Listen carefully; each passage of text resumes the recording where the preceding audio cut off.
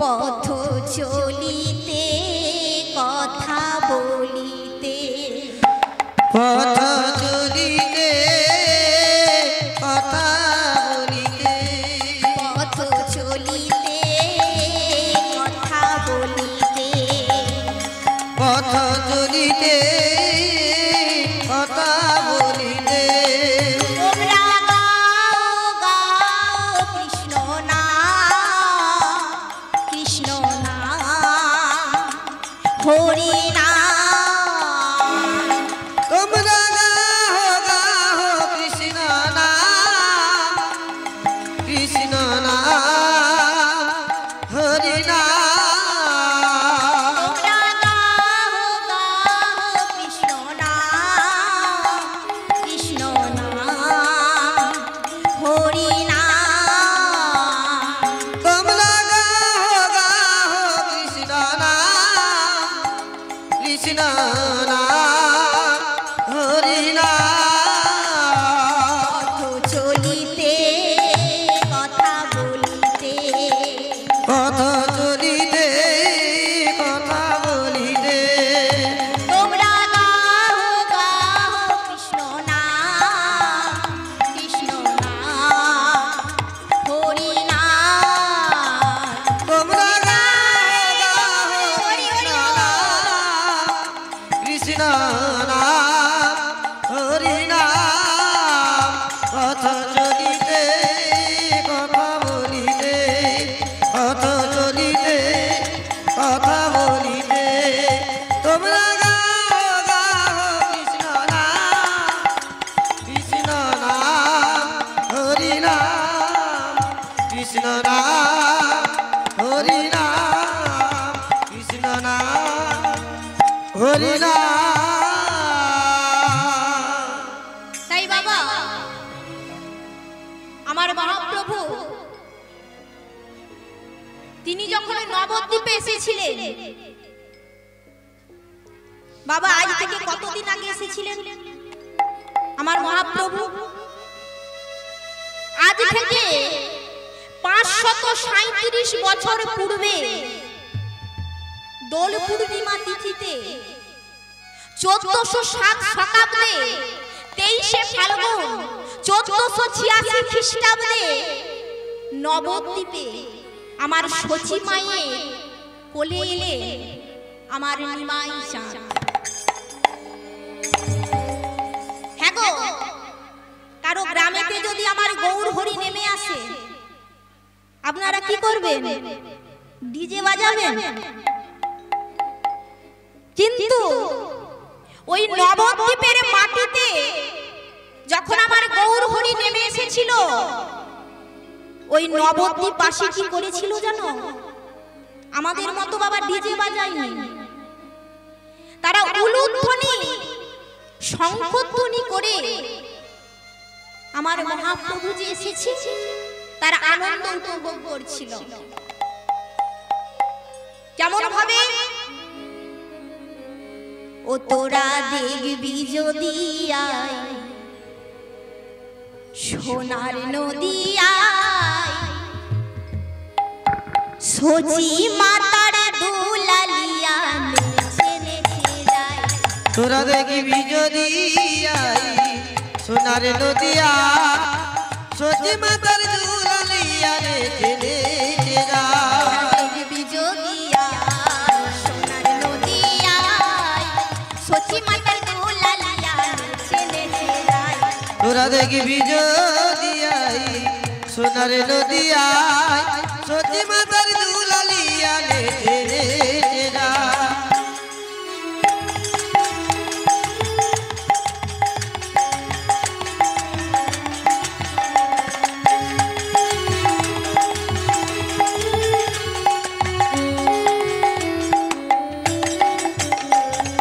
সচি মাতার দুলালিয়া নদিয়ার শিগোরা, আরে ভক্ত মন চিত্ত চোরা ভক্ত মনোহরা। সচি মাতার দুলালিয়া নদিয়া চিগোনা ভক্ত চোরা চিত চোরা ভক্ত মনোহরা সচি মাতার দুলালিয়া নদিয়ার শিগোরা,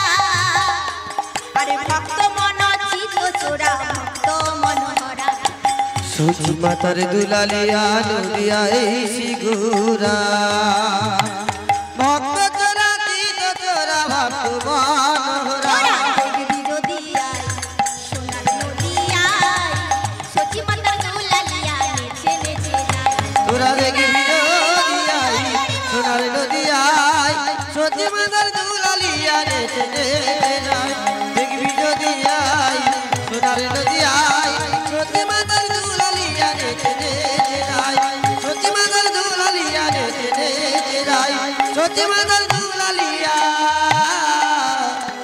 নেচে নেচে গৌরী প্রেমানন্দের হরি হরি বল। তাই বাবা আমার গৌর সুন্দর আপনারা এখানে জিজ্ঞাসা করবেন আচ্ছা মৌলি আমরা নয় গৌর কথা কৃষ্ণ কথা শ্রবণ করবার জন্য এখানে বসে আছি সেই জন্যই বসে আছেন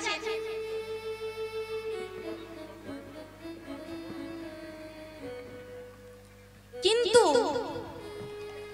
আমরা যে এখানে বসে আছি আমরা গৌর কথা শ্রবণ করবার জন্য তাই তো কিন্তু বলো তো আমার গৌর হরি কেন ওই স্বর্গ থেকে মর্তে নেমে এসেছি বাবা আমাদের যেমন আসবার কারণ আছে আমার মহাপ্রভুরও কিন্তু আসবার কারণ আছে আমার মহাপ্রভুর আসবার কারণ বাবা তিনটে কারণ কি কি গো পরিত্রাণায় সাধনা এই জগতে যত সাধু আছে জগতে যত ভক্ত আছে সকলকে উদ্ধার করবার জন্য আমার আশা বিনাশায় চ দুষ্কৃতাম জগতে যত পাপী মানুষ আছে যত খারাপ মানুষ আছে সকলকে বিনাশ করবার জন্য আমার আশা আর কি বললেন ধর্ম সংস্থাপনার্থায় অধর্মকে নাশ করে ধর্মকে প্রতিষ্ঠা করাই হলো সম্ভবামি যুগে যুগে যুগে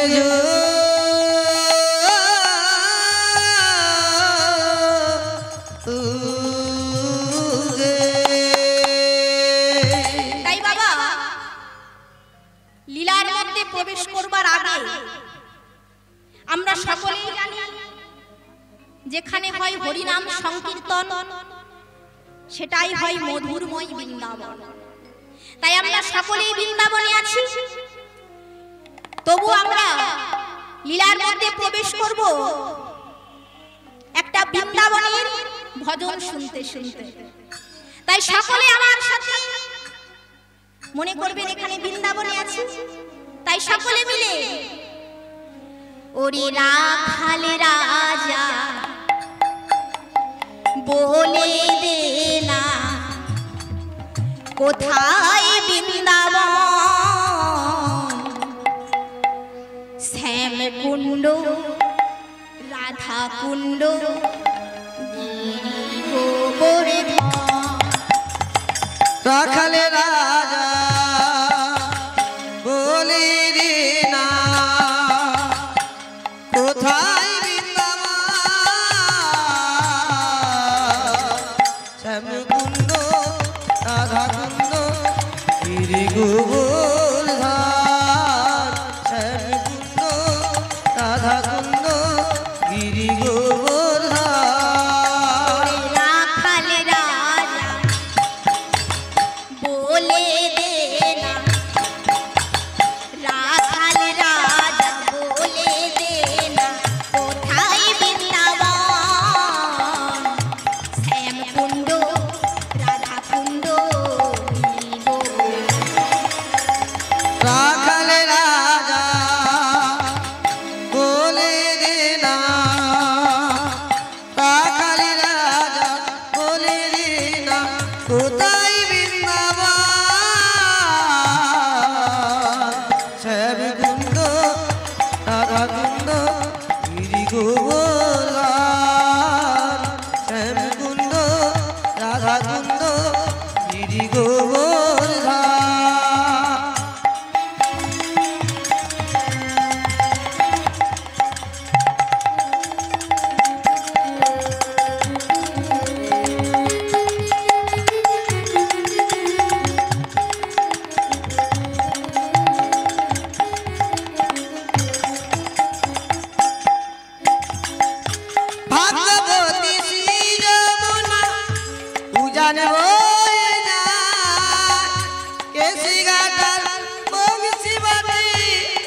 বুঝি শ্যামরাই ভাগবতী শ্রী যমুনা উজান বয়ে যায়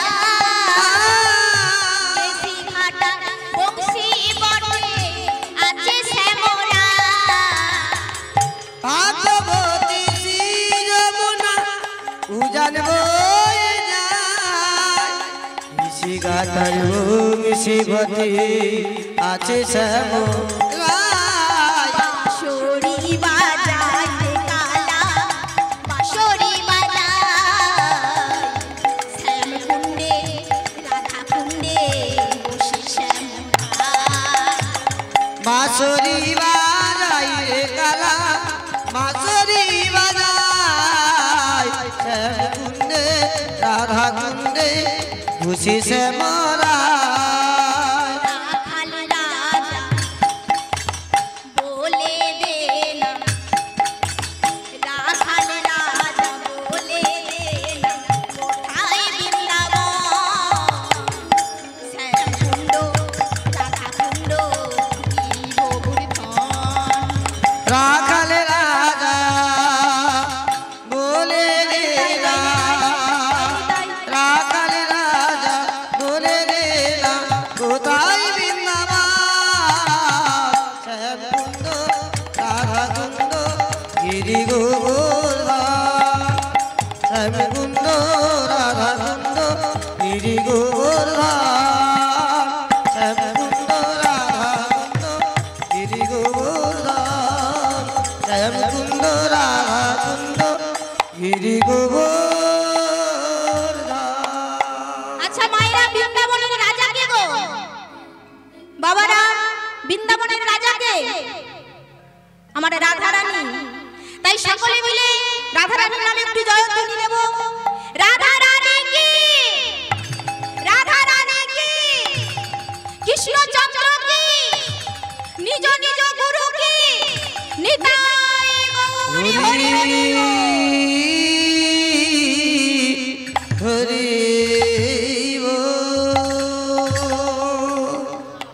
তাই আমরা সকলেই আছি বৃন্দাবনে তাই বাবা আজকের যে লীলাটি আস্বাদন করব তা আপনাদেরই মতো এক ভক্তের কথা কারণ সে একজনের ডাকাত হয়েও কেমন ভাবে ভগবানকে পেল তার কথা আজকে আমরা আস্বাদন করব কারণ দাদা ভাইরা এত সুন্দর গণেশ পুজো উপলক্ষে কীর্তনের আয়োজন করেছে তাই এক ভক্তের কথা আস্বাদন করব তিনিও কিন্তু বড় ভক্ত ছিলেন তাই আজকের যে লীলাটি আস্বাদন করব তার নাম হলো ডাকাত হরিদাস নিতাই গৌর হরি হরি বল। এই যে বাবা এই হরিদাসের কথা বলবো হরিদাসের তখন জন্ম হয়নি হরিদাসের বাবার নাম ছিল হরনাথ আর এই মায়ের নাম ছিল সুপ্রিয়া দেবী আর এই গ্রামের নাম ছিল জাজারিয়া গ্রাম বাবা সকল গ্রামে কিছু না কিছু নিয়ে একটা বিখ্যাত থাকে সব গ্রামেতেই থাকে তাই ওই জাজারিয়া গ্রাম বিখ্যাত ছিল ডাকাত হরিদাসের নামে ডাকাত হরিদাসের তখন জন্ম হয়নি তার মা সুপ্রিয়া দেবী তিনি ছিলেন কৃষ্ণ ভক্তি কৃষ্ণকে ভালোবাসতেন কৃষ্ণের সেবা দিতেন কিন্তু বাবা হরিদাসের যে বাবা জমিদার হরনাথ তিনি কিন্তু উল্টোটা তিনি কিন্তু কৃষ্ণকে ভালোবাসতেন না কৃষ্ণকে পছন্দ করতেন না। আর আমার সুপ্রিয়া দেবী কি করে জানেন? প্রতিদিন স্নান সেরে গঙ্গা থেকে মাটির কলসি করে জল নিয়ে আসে, আর নিয়ে এসে আগে আমার কৃষ্ণের সেবা দেয়, তারপরে নিজেদের সেবার আয়োজন করে। আর এমন দিনের মতো একটা ঘটনা কি হয়েছে, আমার সুপ্রিয়া দেবী তিনি জল আনতে গেছে, আর জলটা ডুবিয়ে কোমরে করে নিয়ে আসছে। আরে এমন সময় তার স্বামী হরনাথ দূর থেকে ডাক দিল, দাঁড়াও সুপ্রিয়া, দাঁড়াও গো।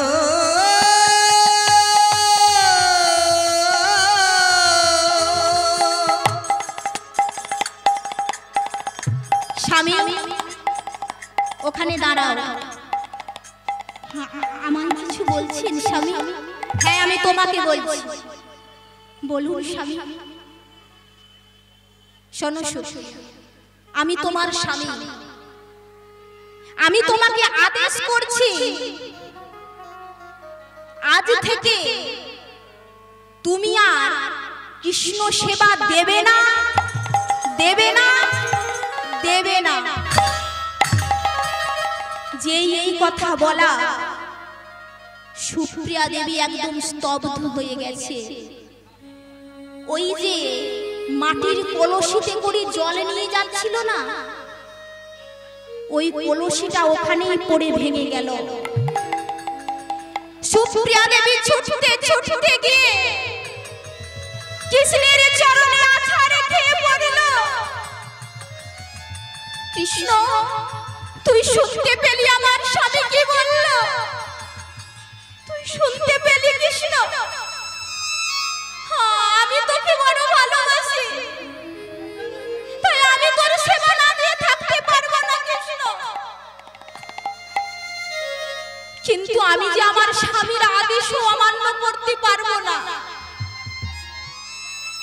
হরে কৃষ্ণ, আমার স্বামী তোর কাছে দেয়া প্রতিশ্রুতি ভুলে গেলে আমি কিন্তু ভুলিনি কৃষ্ণ। বাবা, আমরা সকলেই ভগবানের কাছে একটা প্রতিশ্রুতি দিয়েছিলাম। কি বলেছিলাম বলুন তো? পৃথিবীতে আসবার আগে বলেছিলাম, দয়াময় আমাদেরকে পৃথিবীতে পাঠাও, আমরা তোমার নাম করব। কিন্তু বাবা, ভগবান আমাদের সুন্দর কর্ণ দিল, সুন্দর নয়নে দিল, সুন্দর বদন দিল, সুন্দর পা দিল, সুন্দর হাত দিল, কিন্তু আমরা নাম করছি বাবা কৃষ্ণ ভজিবার তরে সংসারেতে আইল, আর মিছা মায়ায় বদ্ধ হয়ে বৃক্ষ সম হইল। ফলে রূপে পুত্র কন্যা ডাল ভাঙি পড়ে, আর কাল রূপে সংসারেতে পক্ষী বাসা করে। নিতাই গৌর হরি হরি বল, হরি হরি বল। তাই আমার স্বামী তার প্রতিশ্রুতির কথা ভুলে গেলেও আমি কিন্তু আমার প্রতিশ্রুতির কথা ভুলিনি কৃষ্ণ। তাই কৃষ্ণ রে, আমি তোর কাছে হাত জোড়ো করে ক্ষমা চাইছি কৃষ্ণ, আমার স্বামীকে ক্ষমা করে দে। তাই কৃষ্ণ রে, আমি তো আর তোর সেবা দিতে পারবো না। তাই কৃষ্ণ, আমি যখন আর থাকবো না, তখন তোর সেবার যাতে কোনো ত্রুটি না হয়, তোর সেবার যাতে কোনো অযত্ন না হয়, সেই নিমিত্তে একটা জিনিস চাইবো, দিবি কৃষ্ণ? বল না দিবি? তাই সুপ্রিয়া দেবী অঝোর নয়নে কাঁদছে, আর কি বলছে জানো? একটি পুত্র সন্তান দাও গো দয়াল, তোমার সেবার তরে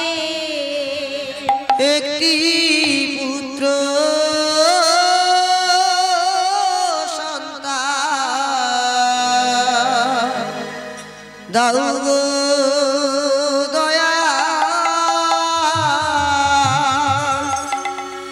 তোমার সেবার তরে পুত্র দাও গো দয়া তোমার সেবার তরে একটি পুত্র সন্তান দাও গো দয়া তোমার সেবার তরে থাকিব নায়া এইভাবে রাগবে তোমায় ধরে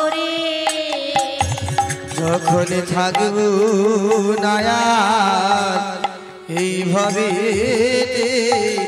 রাখবে তোমায় ধরে থাকিব নায়া এইভাবে রাগবে তোমায় ধরে যখন থাকব নায়ার এইভাবে রাখবো তোমায় ধরে একটি পুত্র সন্তান দাও গো দয়াল তোমার সেবার তরে একটি পুত্র সন্তান দাও গো দয়া তোমার সেবার তরে একটি পুত্র দাও গো দয়া তোমার সেবার তরে বাবা অঝরে নয়নে যদি কেউ ডাকে গো আমার ভগবান কি আর নাই সে থাকতে পারে তাই অন্তর্যামী ভগবান তিনি মনে মনে চিন্তা করলো এই কলির মানুষ বড় স্বার্থপর শুধু আমাকে দাও কিন্তু সুপ্রিয়া তো নিজের জন্য কিছু চাইলো না ও যখনই থাকবে না আমার সেবারে যাতে কোনো ত্রুটি না হয় সেই নিমিত্তে একটা সন্তান চেয়েছে তাই কৃপা করলো করুণা করলো তার গর্ভে এলো সন্তান আচ্ছা মায়েরা গর্ভে সন্তান এলে মায়েদের 9 মাসে একটা উৎসব করা হয় উৎসবটার নাম কি গো জন্মদিন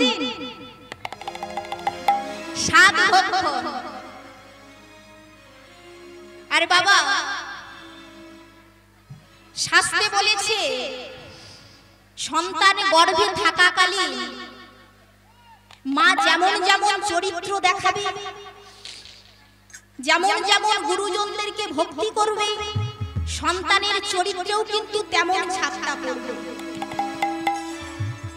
আমার কথা নয় বাবা চাণক্য পণ্ডিত বলেছেন অদাতা বংশ দশেন কর্ম দশেন দারিদ্রতা মূর্খতা পিতৃ দশেন আরে মাতৃ দশেন উন্মাদ হরি বল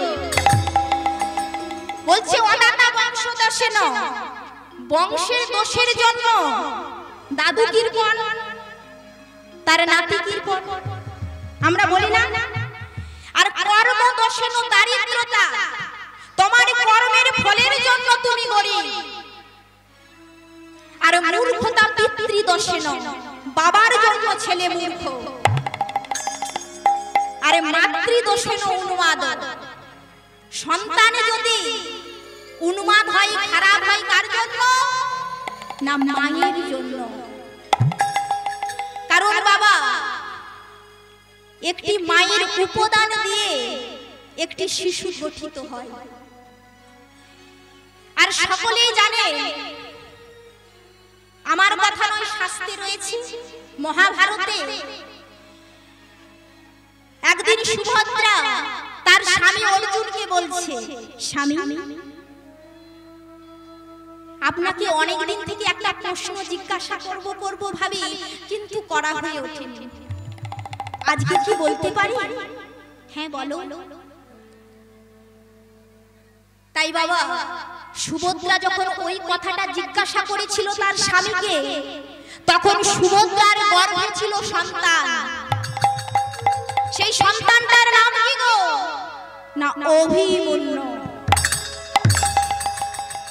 আচ্ছা স্বামী, আপনারা যে যুদ্ধ করবার সময় ওই চক্রগৃহে প্রবেশ করেন, তো স্বামী আমার বড় ইচ্ছে ওই চক্রগৃহে কি করে প্রবেশ করেন তা যদি আমায় একটু বলতেন। ওই এই কথা, তুমি এই কথা আমার কাছে জানতে চাও? তবে শোনো, আমার অর্জুন একটা একটা করে পদ বলে যাচ্ছে, আর সুভদ্রা মা একটা একটা করে শুনে যাচ্ছে। আর মায়ের কান দিয়ে গর্ভের সন্তানও শুনতে পাচ্ছে। কিন্তু যখন চক্রগৃহ থেকে বেরিয়ে আসার রাস্তাটা একটা একটা করে অর্জুন বলে যাচ্ছে, তখন সুভদ্রা মা আমার ঘুমিয়ে পড়েছে। আরে যখন মা ঘুমিয়ে পড়লো, ওই গর্ভের সন্তান চিৎকার করে বলেছিল, মা মাগো ঘুমিও না, ঘুমিও না, ঘুমিও না তুমি আগে মা মা ওই বেরিয়ে আসার পথটা শোনো না, তুমি ওঠো মা, তুমি ঘুমিও না মা, ঘুমিও না। হ্যাঁ গো মায়েরা, গর্ভের সন্তানে যদি আমাদের ডাকে আমরা শুনতে পাবো, তাই সুভদ্রা মা আমার শুনতে পেল না।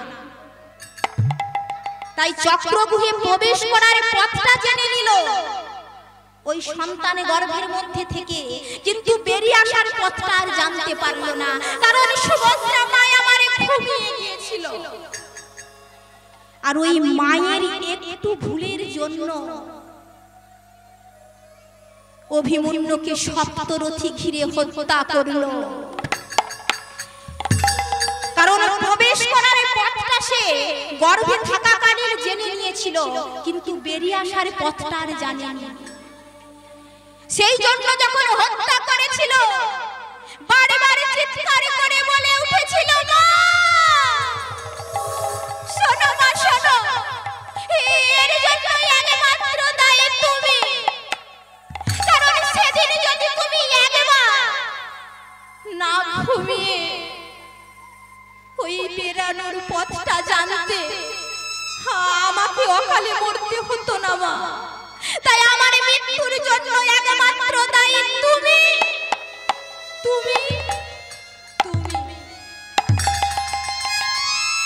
তাই বাবা সন্তান গর্ভে থাকাকালীন আগেকারের দিনে সকল বয়স্ক মহিলারা বলতো, বৌমা একটু ভাগবত পাঠ করো, একটু গীতা পাঠ করো, একটু কীর্তন শ্রবণ করো, কারণ সন্তানও যেমন ভালো হবে। তাই বাবা ওই সুপ্রিয়া দেবী কি করতো জানেন?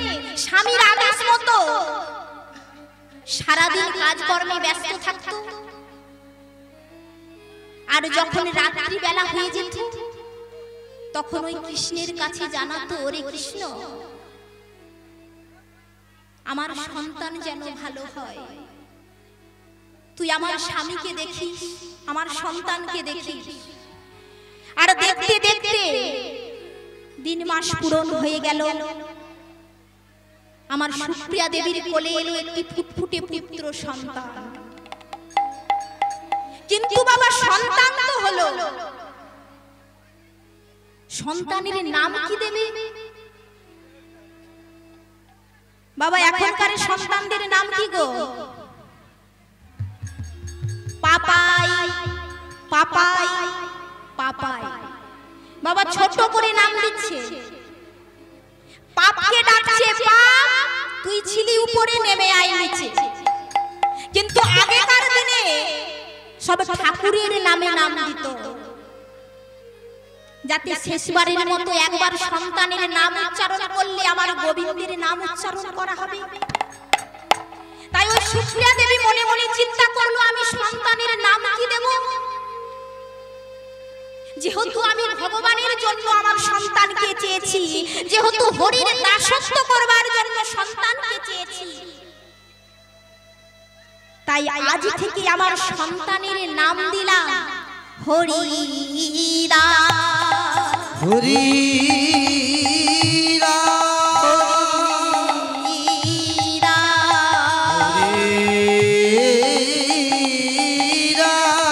আজ থেকে সন্তানের নাম দিলাম হরিদাস।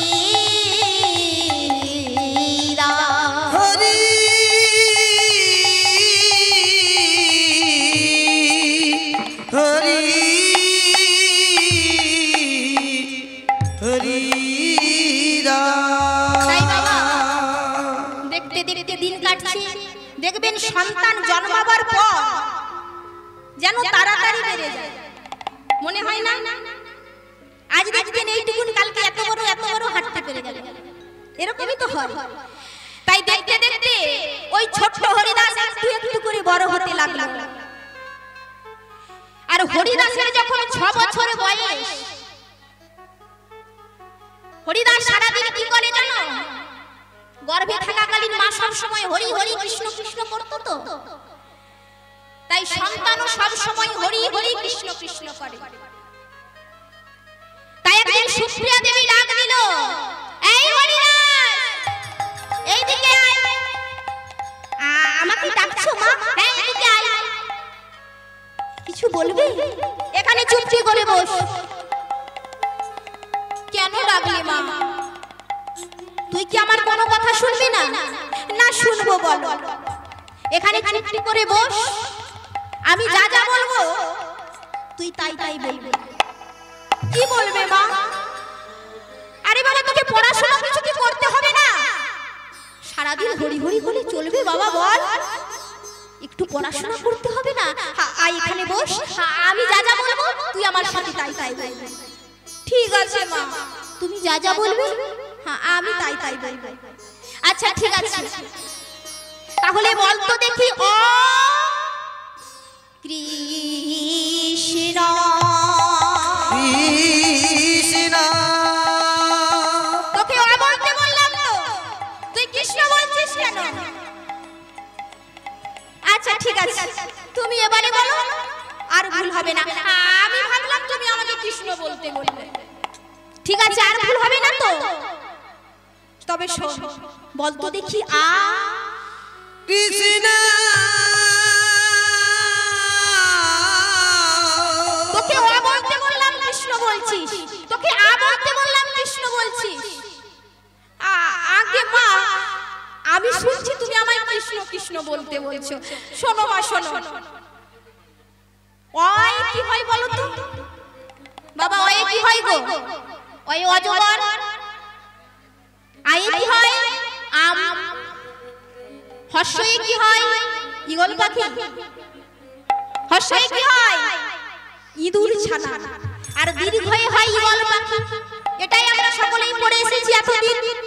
কিন্তু ওই ছোট্ট হরিদাস মাকে বলছে, শোনো মা, ওই অজগরও হয় না, আর আয়ে আমও হয় না, আর হর্ষয়ে ইঁদুরও হয় না, আর দীর্ঘয়ে ঈগলও হয় না। মানেটা কি? আমি করে মা, তুই আমার সন্তান, তুই আমাকে শেখাবে? শোনো মা, শোনো, তুমি রেগে যাচ্ছ কেন? আমি জানি ওই কি হয়। তুই জানিস ওই কি হয়? হ্যাঁ গো, তুমি রাগ করো না, তুমি চুপটি করে বসো না, আমি বলছি ওই কি হয়। ঠিক আছে, তুই যদি সবই জানিস তুই বল দেখি। মা, ওই কি হয় জানো? হ্যাঁ বল, ওই কি হয়?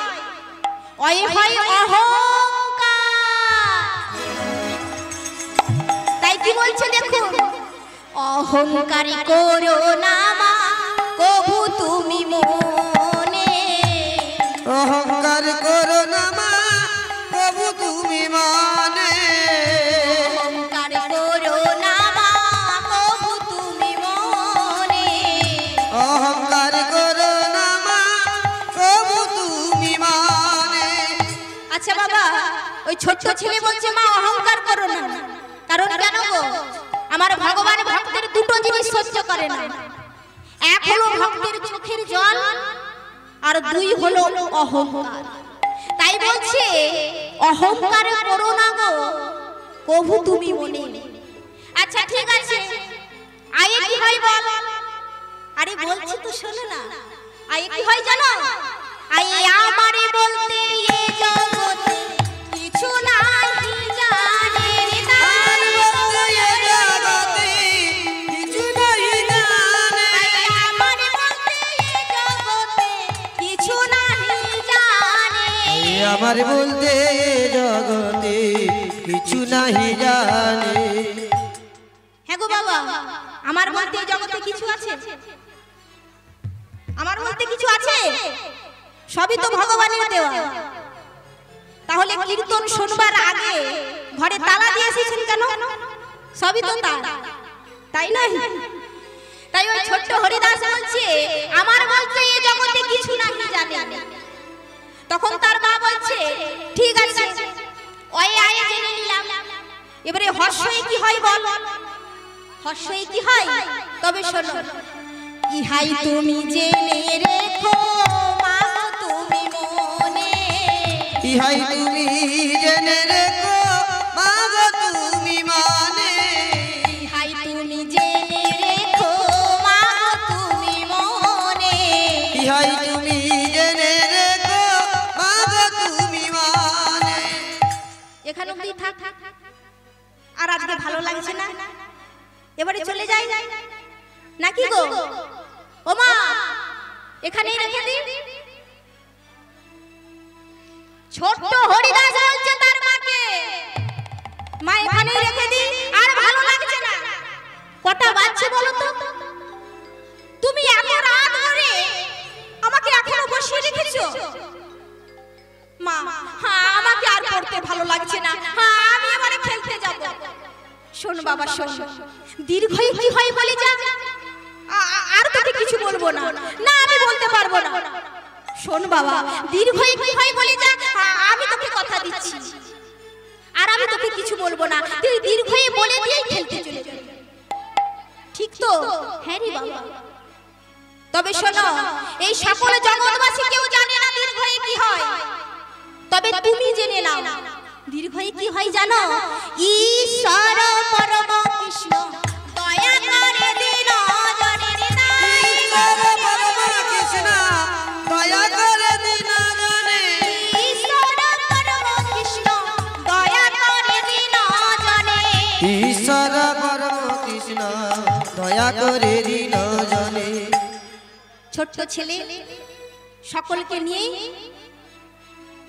খেলতে চলে গেল, আর মাকে ডাকছে, ও মা এদিকে একটু দেখো না, আরে আমার দিকে দেখো না। যেই মা তাকিয়েছে কি বলছে? অহংকার করো না, অহংকার করো না, অহংকার করো না, অহংকার করো না। ইহাই তুমি জেনে নাও মা, অহংকার করো না। ইহাই তুমি জেনে নাও অহংকার করো না। এই বলে ছোট্ট হরিদাস সকল বন্ধুদের নিয়ে খেলতে চলে গেল, আর সকল বন্ধুদেরকে ডেকে বলছে জানিস আমরা না আজকে একটা নতুন খেলা খেলবো। কি খেলা? শোন, আমরা প্রতিদিন বিভিন্ন রকমের খেলা খেলি, তো আজকে ঠিক করেছি একটা নতুন খেলা খেলবো। কি খেলা হরিদাস? আরে শোন না, আজকে আমরা যে খেলাটা খেলবো সেটা হলো হরি নামের খেলা। আমি যা বলবো আমার সাথে তোরা সকলেই বলবি।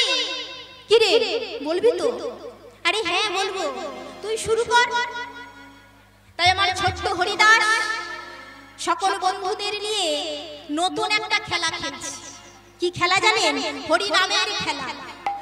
তাই হরিদাস কি বলছে? হরি হরা হে নম কৃষ্ণ যাদবায় নম। হরি হরায় নম কৃষ্ণ যাদবায় নম। হে নম কৃষ্ণ যাদবায় নম। হরি হরায় নম কৃষ্ণ যাদবায় নম। যাদবায় মাধবায় কেশবায় নম। যাদবায়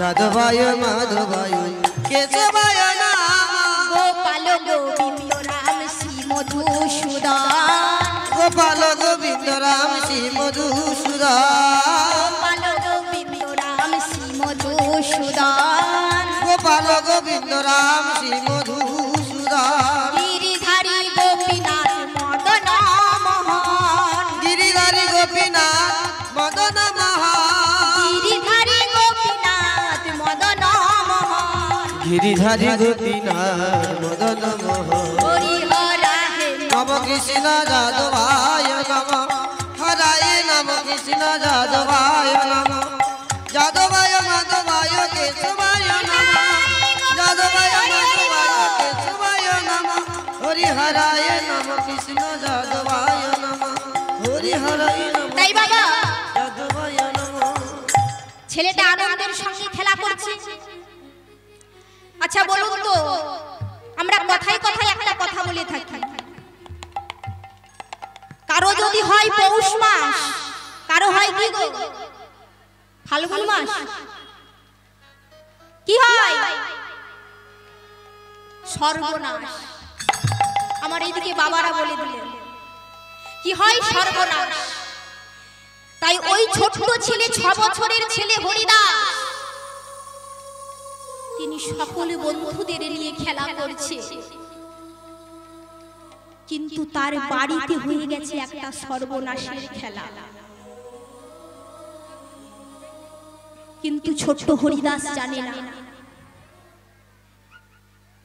ওই সুপ্রিয়া দেবীকে, ওই যে হরিদাসের মা, তাকে গ্রামের কিছু বয়স্ক মহিলারা এসে বলছে, সুপ্রিয়া বাড়িতে আছিস, সুপ্রিয়া বাড়িতে আছিস। যেই না গলার আওয়াজ পেয়েছে, সুপ্রিয়া দেবী তাড়াতাড়ি করে বাইরে বেরিয়ে এসে বলছে, দিদি কি হয়েছে দিদি, আমাকে ডাকছো কেন? সুপ্রিয়া, তোকে যে কথাটা কি করে বলবো। কেন দিদি, কি হয়েছে? কেন তোমরা এরকম কথা বলছো দিদি? তোমাদেরকে এমন দেখাচ্ছে কেন? ওরে সুপ্রিয়া, মনটাকে শান্ত কর, মনটাকে সামলা। কেন দিদি, কেন এই কথা বলছো? আমার মনটাকে শান্ত করতে বলছো কেন? বলো না দিদি কি হয়েছে? তোর স্বামী আমাদের হরনাথ, হ্যাঁ আমার স্বামীর কি হয়েছে? তোর স্বামী মারা গেছে। বলো না দিদি, কথা বলো না, হতে পারে না, আমি বিশ্বাস করি না। এই একটু আগে আমার স্বামী আমার সাথে সেবা করে গেল, তুমি হয়তো অন্য কাউকে দেখেছো, আমার স্বামী নয়। সুপ্রিয়া, আমরা একই পাড়াতে থাকি, আমরা তোর স্বামীকে চিনব না?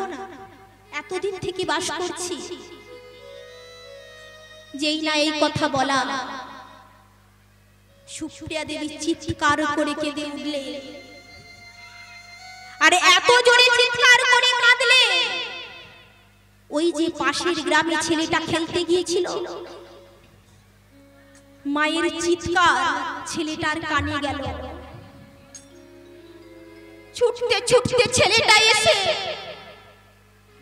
মাকে জড়িয়ে ধরে বলছে, মা তুমি কাঁদছো কেন? মা তুমি তো কোনোদিন এত জোরে কাঁদোনি। বলো না মা, বলো না তোমার কি হয়েছে? কথা বলছো না কেন মা? একবার কথা বলো না মা। কিন্তু সুপ্রিয়া দেবী কিছু বলতে পারছে না। কেন জানেন? কারণ স্বামী মারা গেছে বলে সুপ্রিয়া দেবীর যেমন কষ্ট হচ্ছে, ঠিক তেমন তখনকার দিনের নিয়ম ছিল, স্বামী যদি মারা যেত স্বামীর চিতায় তার স্ত্রীকে জ্যান্ত পুড়িয়ে মারা হতো, যাকে বলা হয় বাবা সতীদাহ প্রথা। তাই সুপ্রিয়া দেবী মনে মনে চিন্তা করছে, স্বামী তো চলে গেল, একটু পরে আমার স্বামীর চিতার সঙ্গে আমার শরীরটাকেও জ্বালিয়ে পুড়িয়ে ছাই করে দেবে, কিন্তু আমার ছোট্ট হরিদাসকে কে দেখবে? হ্যাঁ, আমরা মারা যাবার পর আমার ছোট হরিদাস যে অনাথ হয়ে যাবে, সেই জন্য মা কাঁদছে। আর বলতে বলতে কিছুক্ষণ পর চারজন কাঁধে করে হরিদাসের বাবাকে নিয়ে আসছে। কেমন করে? বলো হরি, বলো হরি। এসে পৌঁছে গেল, সুপ্রিয়া দেবীকে বলছে, সুপ্রিয়া বলো কোন গাছটা কাটবো, তোমার স্বামীর দেহ তো সৎকার করতে হবে। সুপ্রিয়া দেবী কি বলবে ঠিক করতে পারছে না। তার স্বামী যত্ন করে একটা আম গাছ লাগিয়েছিল, তাই বলে উঠল, ওই যে দেখতে পাচ্ছেন বড় আম গাছ, আমার স্বামীর ওই গাছটা প্রিয় গাছ ছিল, তাই ওই গাছটাকে কেটে ফেলো, কারণ সেই মানুষটাই যখন রইল না, তার গাছটা থেকে আর কি হবে। তাই সকলে গাছ কেটে নিয়ে এবারে যেই না বলো হরি বলতে বলতে চলে যাচ্ছে, ছোট্ট হরিদাস মায়ের আঁচলে ধরে বলছে, মা, ও মা, বাবার কি হয়েছে মা? বাবাকে কেন চারজন কাঁধে করে নিয়ে যাচ্ছে? বলো না মা, বাবার কি হয়েছে? বাবা কেন কথা বলছে না মা? বলো না মা, তুমি কেন চুপ করে আছো মা? তুমি বলো না মা। আর দেখতে দেখতে হরনাথের দেহটা আগুন দেওয়া হলো। আর যেই না আগুন দেওয়া হলো, দাউ দাউ করে চিতা জ্বলতে লাগলো। আর সকল গ্রামবাসীর কিছু বিধবা মহিলা এসে সুপ্রিয়া দেবীকে সুন্দর করে চওড়া করে সিঁদুর পরিয়ে দিলেন, পরনে আলতাপের শাড়ি পরিয়ে দিলেন। আর ওই যে হরিদাস আঁচলটা মায়ের ধরেছিল,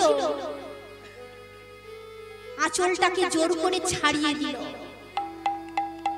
আর ছাড়িয়ে দিয়ে ওই সুপ্রিয়া দেবীকে টানতে টানতে নিয়ে যাচ্ছে ওই চিতার দিকে। ওই ছোট্ট ছেলেটা বলছে, যেও না মা, তুমি যেও না মা, বাবা তো আমাকে ছেড়ে চলে গেল, কিন্তু তুমি যেও না মা, আমি কার কাছে থাকবো মা? আমি যে অনাথ হয়ে যাব, তুমি যেতে পারো না মা, তুমি যেও না মা। ওই ছোট্ট সন্তানের কথা কেউ শুনলো না বাবা। ওই সুপ্রিয়া দেবীকে টানতে টানতে নিয়ে গিয়ে ওই স্বামীর চিতার উপর ছুঁড়ে ফেলে দিল। আরে বাবা মায়ের চিতা দাউ দাউ জ্বলতে লাগলো। আরে বাবা মায়ের চিতা জ্বলতে দেখে ওই ছোট্ট হরিদাস অজ্ঞান হয়ে গেল। আরে বাবা,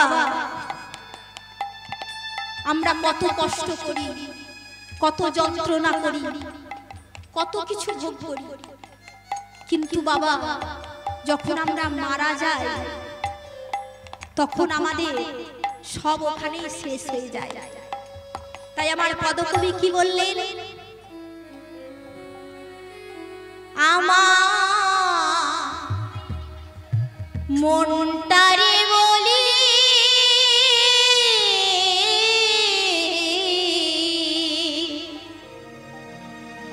এ জীবনে দাগা ছাড়া পেলি আমার মনটারে মরি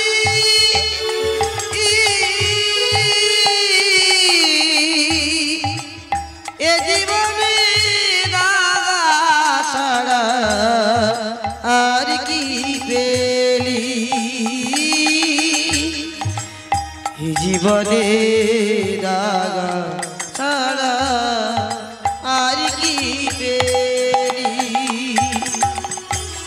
সুখ পেলি না অন্তরেতে সুখ পেলি না মনে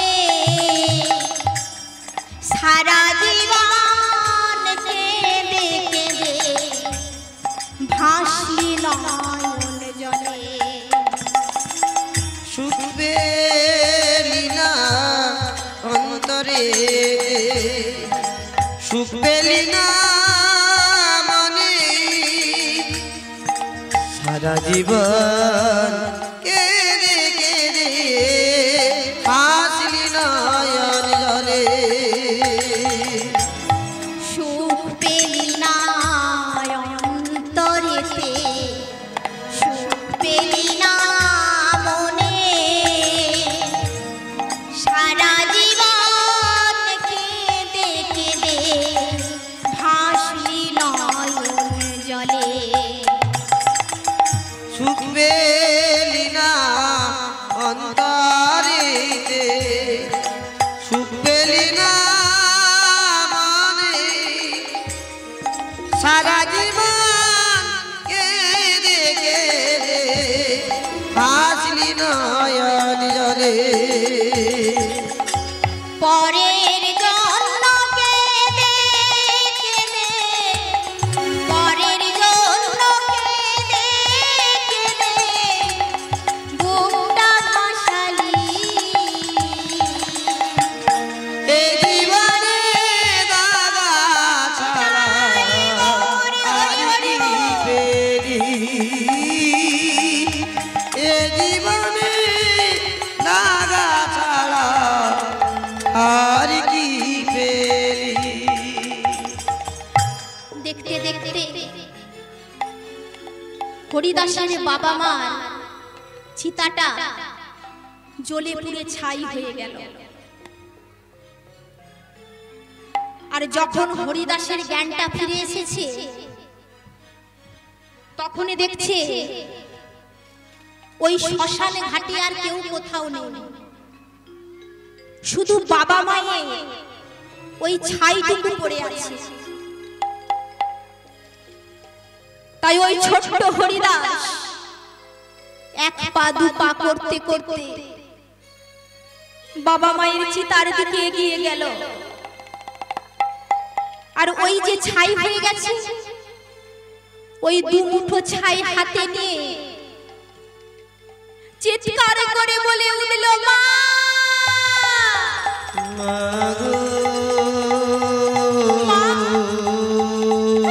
একবার খোকা বলে ডাকো না মা, খোকা বলে একবার খোকা বলে ডাকো মা। ডাকো না মা গো। আমি তোমাকে কথা দিলাম তুমি যা যা বলবে আমি তাই তাই শুনবো। ডাকো না ফিরে এসো না মা,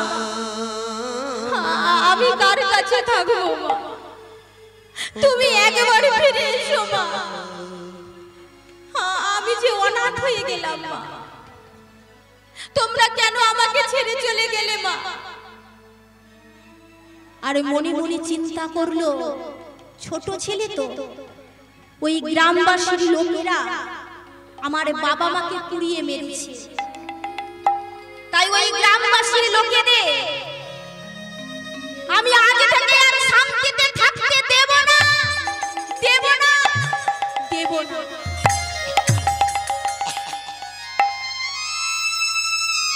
তাই কি করলো, ওই হাতে এক মুঠো ছাই নিয়ে প্রতিজ্ঞা করলো, জানো মা আমি এই ছাই নিয়ে প্রতিজ্ঞা করলাম মা, যারা তোমাদের পুড়িয়ে মেরেছে তাদের আমি শান্তিতে থাকতে দেব না। তাই আজ থেকে আমি করব চুরি,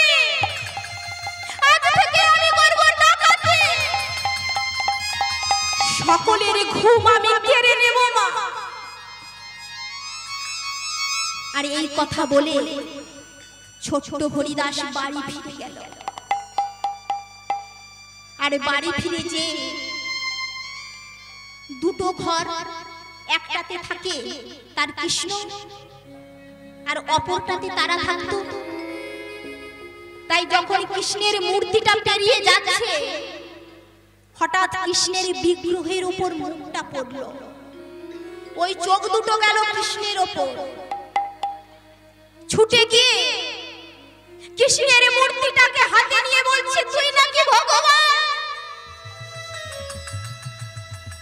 আমার মা নাকি তোকে এত ভালোবাসত, তোর এত সেবা দিত, তোর পূজা অর্চনা করত, আর তুই আমাকে অনাথ করে দিলি, তুই আমার বাবা মাকে কেড়ে নিলি।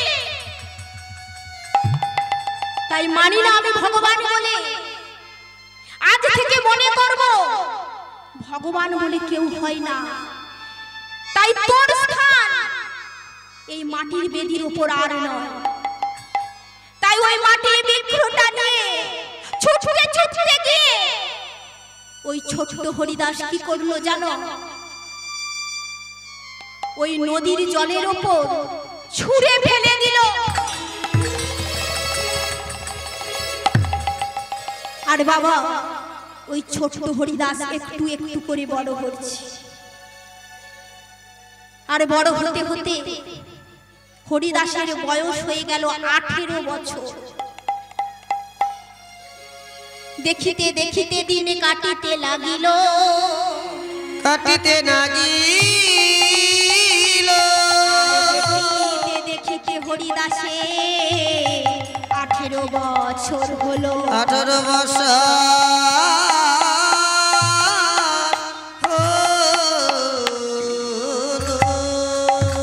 আচ্ছা বাবা, হরিদাসের 6 বছর বয়সে বাবা মাকে হারিয়েছে, আর আজ হরিদাসের বয়স 18 বছর। তো মায়েরা, হরিদাস কত বছর ডাকাতি করছে গো? কত বছর? 12 বছর। আর 12 বছর ডাকাতি করতে করতে এত বড় ডাকাত হয়ে গেছে যে তার জ্বালায় গ্রামবাসীর লোকেরা শান্তিতে থাকতে পারছে না। ওই ডাকাত হরিদাসের জন্য সন্ধে হবার আগে সকলের ঘরে দরজা জানলা বন্ধ করে দেওয়া হয়। কারণ এত বড় ডাকাত, তার জন্য কেউ সোনার গহনা পরতে পারে না। তার জন্য ওই গ্রামেতে কোনো ছেলে বা মেয়ের সম্বন্ধ আসেও না, আর কোথাও ওই মেয়ে ছেলের বিবাহ হয় না। তাই সকলে গ্রামবাসী অতিষ্ঠ হয়ে কি করলো না, গ্রামের যিনি প্রধান, বাবা সকল গ্রামে একজন করে প্রধান থাকে। তাই গ্রামের বা দেশের যিনি প্রধান, তার কাছে সকলে গ্রামবাসী গেছে, গিয়ে বলছে, মোড়ল মশাই, হ্যাঁ কিছু বলবো? মোড়ল মশাই, আমরা সকলে সাপোর্ট করে আপনাকে গ্রামের প্রধান করেছি, তাই আপনারও কিছু দায়িত্ব আছে আমাদের উপর। হ্যাঁ অবশ্যই আছে, বলো তোমরা কি বলতে চাও। শুনুন মোড়ল মশাই, ওই ডাকাত হরিদাসের জন্য আমরা শান্তিতে ঘুমোতে পারি না। ওই ডাকাত হরিদাসের জ্বালায় আমরা অতিষ্ঠ হয়ে পড়েছি। তাই ওই ডাকাত হরিদাসে একটা বিহিত করতে হবে, কি করে ওর হাত থেকে উপায় বের করতে হবে যে মুক্তি পাওয়া যায়। এই কথা শুনে মোড়ল মশাই বললেন, আচ্ছা ঠিক আছে, আপনাদের সকলের কথা আমি শুনেছি, তবে সকলে শুনুন, আগামীকাল 5টার সময়, বিকেল 5টার সময় একটা সভা ডাকা হবে, আর সেই সভাতে সকলে আসবে। বাবা, আমরা যাকে বলি মিটিং, সকলে আসে না? তাই ওই মোড়ল মশাই বললে যে সকল কাল বিকেল 5টার সময় এই সভাতে আসবে, ডাকাত হরিদাসের কি ব্যবস্থা করা যায় আমরা দেখব। এবার কি হয়েছে বাবা দেখুন, ওই গ্রামেতে 400 ঘর বসতি, সকল গ্রামে আছে, কারো 200, কারো 400, কারো 100। তাই 400 ঘরের বসতি ওই জাজারিয়া গ্রাম। আর ওই গ্রামেতে বাস করত একজন বৃদ্ধ ব্রাহ্মণ, তার নাম হলো রাম রতন শর্মা। তার ছোট্ট পরিবার, তার স্ত্রী, তার একটি 14 বছরের মেয়ে, তার নাম মাধবী, আর তার সুন্দর একটি গিরিধারী গোপাল। এই হলো তার সংসার। তাই বৃদ্ধ ব্রাহ্মণ তিনি খুব গরিব, তো তাই সকলের বাড়িতে নারায়ণ পুজো করে তার দিন চলে। পূর্ণিমা পুজো করে, নারায়ণ পুজো করে।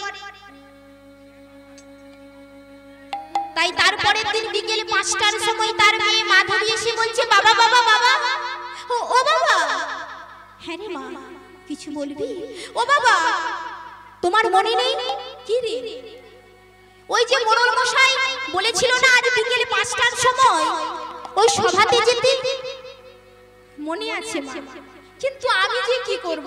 কেন বাবা? কারণ শোন মা, আমি বৃদ্ধ ব্রাহ্মণ, বৃদ্ধ মানুষ, মুখ্য সূক্ষ্ম মানুষ। হ্যাঁ, আমি কি করব সভাতে যে? না বাবা, তোমাকে যেতে হবে, নইলে মোড়ল মশাইয়ের অপমান হবে না। শোন মা, আমি না হয় গেলাম, কিন্তু এই গিরিধারীর আরতি কি করবে? ও বাবা, তুমি এই নিয়ে টেনশন করছো তো? তুমি চিন্তা করো না, আমি আজ তোমাকে কথা দিলাম, তোমার এই গিরিধারী গোপালে আরতি আমি করে দেব। তাই তুমি যাও বাবা। তাই তখনকার দিনে কি ছিল জানেন? ওই বৃদ্ধ ব্রাহ্মণ একটা লাঠি হাতে নিয়েছে, কাঁধে একটা গামছা, আর হাতে নিয়েছে একটা হাড়ি নিয়ে। বাবা এরকম আপনাদের মতো ভক্ত সকলে সবার মধ্যে বসে আছে। একদম সকলের পেছনে বসেছে রাম রতন শর্মা। আর যিনি মোড়ল মশাই, তিনি বলে উঠলেন, আমার থেকেও এখানে অনেকে জ্ঞানী গুণী আছেন, তো একে একে করে বলুন কি করে ডাকাত হরিদাসের হাত থেকে রক্ষা পাওয়া যাবে। যেই না বলেছে এরকম আপনাদের মতো বসে আছে, তার মধ্যে থেকে একজন উঠে বলল, মোড়ল মশাই, আমি কিছু বলতে চাই। হ্যাঁ বলো, কি বলবে বলো। মোড়ল মশাই, শুনেছি নাকি মানুষ অভাবে চুরি করে, পেটের দায়ে চুরি করে। তাই আমরা তো গ্রামে 400 ঘর বসতি আছি, সকলে যদি একদিন করে ওই হরিদাসের পেটের দায়িত্ব নেওয়া যায়, তাহলে নিশ্চয়ই ও ডাকাতি ছেড়ে। আচ্ছা ঠিক আছে, আর কেউ কিছু বলতে চাও? তখন আরেকজন ব্যক্তি উঠে বলছে, মোড়ল মশাই, আমি কিছু বলতে চাই। হ্যাঁ বলো। মোড়ল মশাই, শুনেছি কেউ যদি অভাবে চুরি করে, তার পেটের দায়িত্ব নিলে, তার খাবার দিলে, তার চুরি করা ডাকাতি করা বন্ধ হয়ে যাবে। কিন্তু কেউ যদি স্বভাবে চুরি করে, বাবা আছে না, কেউ অভাবে করে আবার কেউ স্বভাবেও করে, আছে তবু তার দোষটাই হলো চুরি করা। এরকম অনেকেই আছে। তখন মোড়ল মশাই বললে, তুমি একদম ঠিক কথা বলেছো, সত্যিই তো, কেউ যদি স্বভাবে চুরি করে বা ডাকাতি করে, তার স্বভাব পরিবর্তন হবে কি করে? তখন আরেকজন উঠে বলছে, মোড়ল মশাই, আমি কিছু বলতে চাই। হ্যাঁ বলো। শুনেছি স্বভাবও পরিবর্তন হয়। কি করে? না, বিয়ে দেবার পর অনেকের স্বভাব পরিবর্তন হয়। সেটা কেমন করে? কারণ মোড়ল মশাই, কেউ বিয়ের আগে থাকে রয়্যাল বেঙ্গল টাইগার, বাবা থাকে না, সকল দাদা ভাইরা থাকে, আর বিয়ের পর হয়ে যায় কি ভেজা বিড়াল, তাই তো? তাই বলছে একমাত্র বিয়ে দিলে ওর স্বভাবের পরিবর্তন হবে। বাড়িতে বউ আসবে, শুনেছি বাবা নেই, মা নেই, বউ নেই, ছেলে নেই, মেয়ে নেই, ওই জন্য ডাকাতি করে। বাহ বাহ বাহ বাহ, তুমি একদম দারুণ কথা বলেছো। আচ্ছা সবই তো ঠিক আছে, কিন্তু কে তার মেয়ের বিবাহ ওই ডাকাত হরিদাসের সাথে দিবে? কে রাজি হবে? বাবা দেখবেন প্রত্যেকটি গ্রামে, ক্ষমা করবে, প্রত্যেকটি গ্রামে একটি কূট ব্যক্তি মানুষ থাকে, তার মাথায় যত কুচিন্তা কুভাবনা, ঠিক তেমন একটা কূট ব্যক্তি মানুষ উঠে বলছে মহারাজা, তোমাকে আমি কি বলে ডাকি মহারাজা। তাই শোনো, আমি একটা কথা বলতে চাই। কি কথা? সেটা কিন্তু আমি সবার সামনে বলতে পারবো না, তোমার কানে কানে বলবো। আচ্ছা ঠিক আছে, আমার কানে কানে বলো। মোড়ল মশাই, আমার হাতে একটা মানে আমার হাতে একটা মেয়ের উপহার আছে। মেয়ের উপহার আছে? কে সেটা? ওই যে দেখতে পাচ্ছেন সবার পেছনে বসে আছে, ওই রাম রতন শর্মা। শুনেছি ওর একটা 14 বছরের মেয়ে আছে, গরিব মানুষ বলে বিয়ে দিতে পারেনি। তাই আমরা যদি সকলে মিলে ওকে জেকে ধরি, ওর মেয়ের বিয়ে ওই ডাকাত হরিদাসের সাথে দিতে বাধ্য হবে। যেই না বলেছে, মোড়ল মশাই হাঁক দিলে, এই যে রামরতন বাবু, এদিকে আসুন, আপনাকে ডাকছি, এদিকে আসুন। আমাকে ডাকছো বাবা? বৃদ্ধ ব্রাহ্মণ তো থরথর করে এসে বলছে, বলো বাবা, কি বলবে? শোনো, আমরা সকলে মিলে একটা সিদ্ধান্ত নিয়েছি, ওই ডাকাত হরিদাসের হাত থেকে বাঁচার উপায়। তো তোমরা যেটা সিদ্ধান্ত নেবে আমি তাতেই মত। আমরা সকলে মিলে ঠিক করেছি ওই ডাকাত হরিদাসের বিবাহ দেব। এ তো খুব ভালো কথা। তবে শোনো, বিবাহ দেব কার সাথে জানো? কার সাথে বাবা? তোমার মেয়ে মাধবীর সাথে। না তাই বাবা, যেই বলেছে মাধবীর সাথে বিবাহ দিতে চায়, চিৎকার করে ভেঙে পড়ল ওই রামরতন শর্মা। কারণ সে কোনোদিনও চাইতো না তার ওই ছোট্ট মেয়েটাকে ওই ডাকাত হরিদাসের সাথে বিবাহ দিতে। চিৎকার করে বলে উঠল, আমি পারবো না মোড়ল মশাই, আমার একমাত্র মেয়ে, আমি ছোটবেলা থেকে বড় কষ্টে মানুষ করেছি, বড় অভাবে মানুষ করেছি, কিন্তু আমি বাবা হয়ে কোনোদিন ওই হরিদাসের সাথে, ওই ডাকাতের সাথে আমি আমার মেয়ের বিয়ে দেব না। তোমার এত বড় আস্পর্ধা, তুমি আমার মুখের উপর কথা বলো? শোনো, যদি না তোমার মেয়ের বিবাহ ওই হরিদাসের সাথে দাও, তাহলে 7 দিনের মধ্যে গ্রাম থেকে চলে যাবে। এই কথা শুনে বৃদ্ধ রামরতন বাবু কি করলো না, সারা রাস্তা কাঁদতে কাঁদতে এলেন। এবারে বাড়ির সামনে চলে এসেছে, আর তার মেয়ে মাধবী গিরিধারীর আরতি করছে। কেমন ভাবে? গিরি ধারি গোপাল ব্রজ নন্দ দুলাল, ও গো অপরূপ লীলা তব তরুণ তমাল গিরি।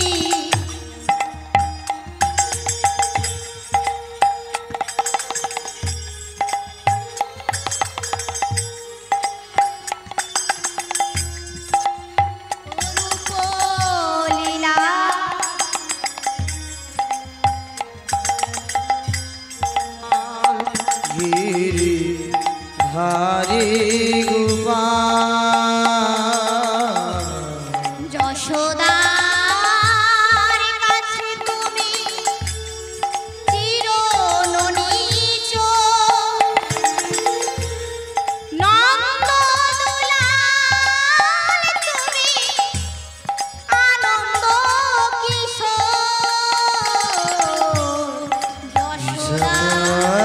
কাছে তুমি তুমি নিচু নন্দ দুলাল তুমি আনন্দ কিশোর গীতায় সারথি তুমি বোঝের রাখা গীতায় সারথি তুমি ব্রজের রাখা গীতায় সারথি তুমি বোঝের রাখা গীতায় সারথি তুমি ব্রজের রাখা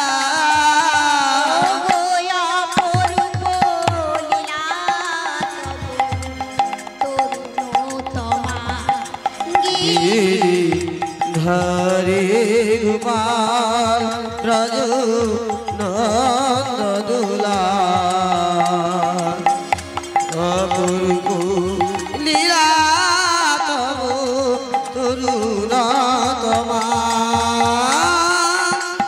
অপূর্ব লীলা তব তরুণ তোমার গিরি ধারে গোপাল ব্রজ নন্দ দুলাল ওগো অপূর্ব লীলা তব তরুণ তোমার অপূর্ব লীলা তব তরুণ তোমার মেয়ের আরতি করা শেষ হয়ে গেছে।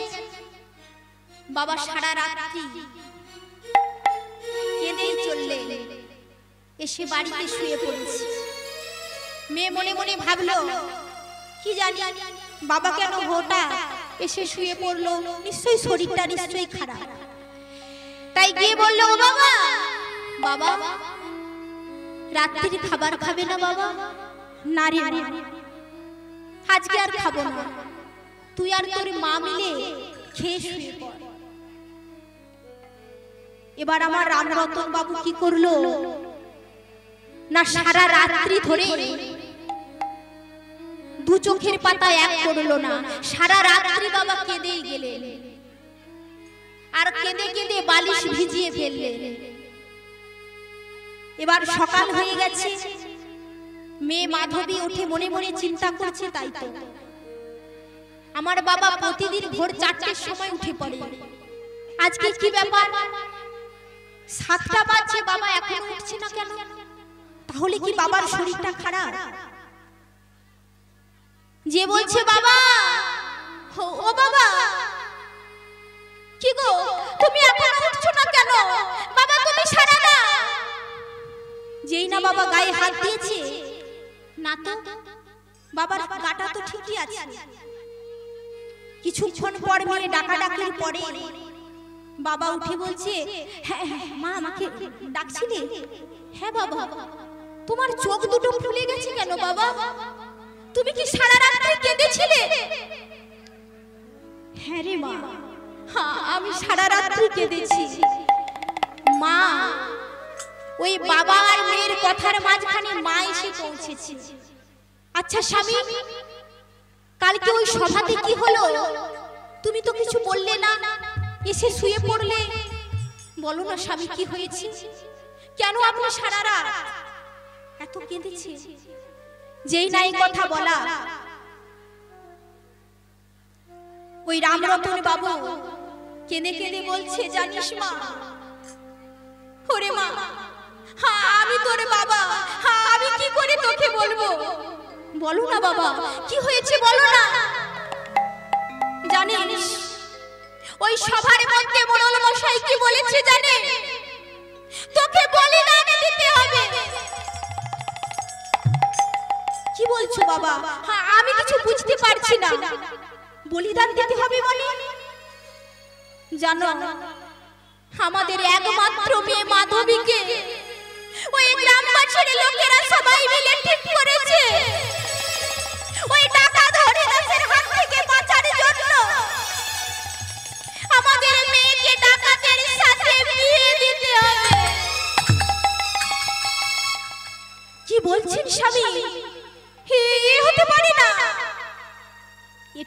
হয়েছে, আর যদি না বিয়ে দিই, কি বলেছে জানো, 7 দিনের মধ্যে আমাদেরকে গ্রাম ছেড়ে চলে যেতে হবে।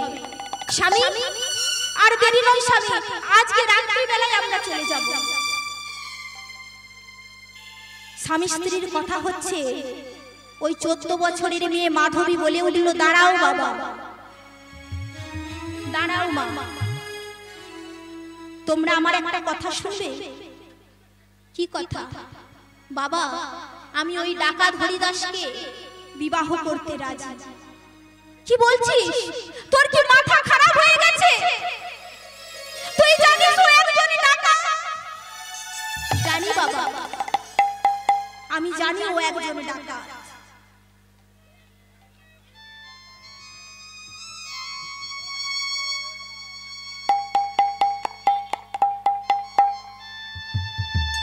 কিন্তু বাবা, তুমি তো ছোটবেলা থেকে বলেছো, ওরে মা, একজনে মানুষের জন্য যদি সারা গ্রামবাসীর মঙ্গল হয়, তাহলে মনে করবি তুই যদি তাদের কোনো কাজে লাগতে পারিস, তুই মানব জনম মনে করবি ধন্য করেছিস।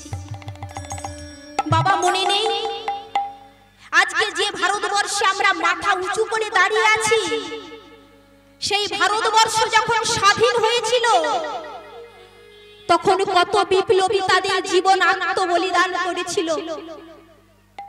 মনে নেই বাবা?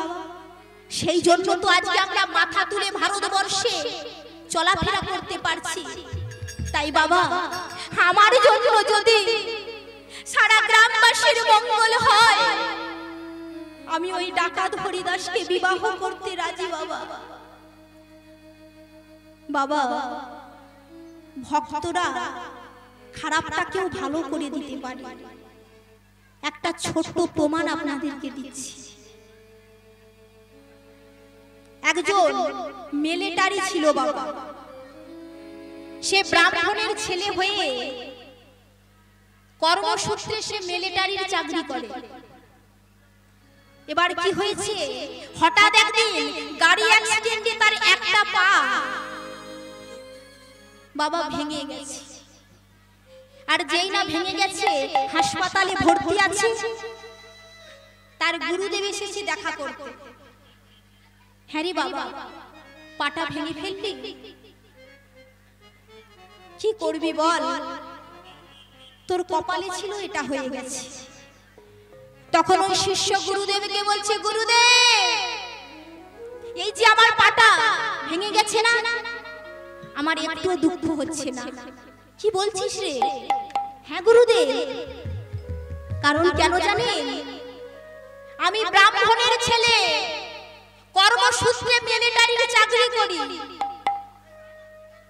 আমার ইচ্ছে হলেও আমি একটু ভাগবত পড়তে পারতাম না, একটু গীতা পাঠ করতে পারতাম না।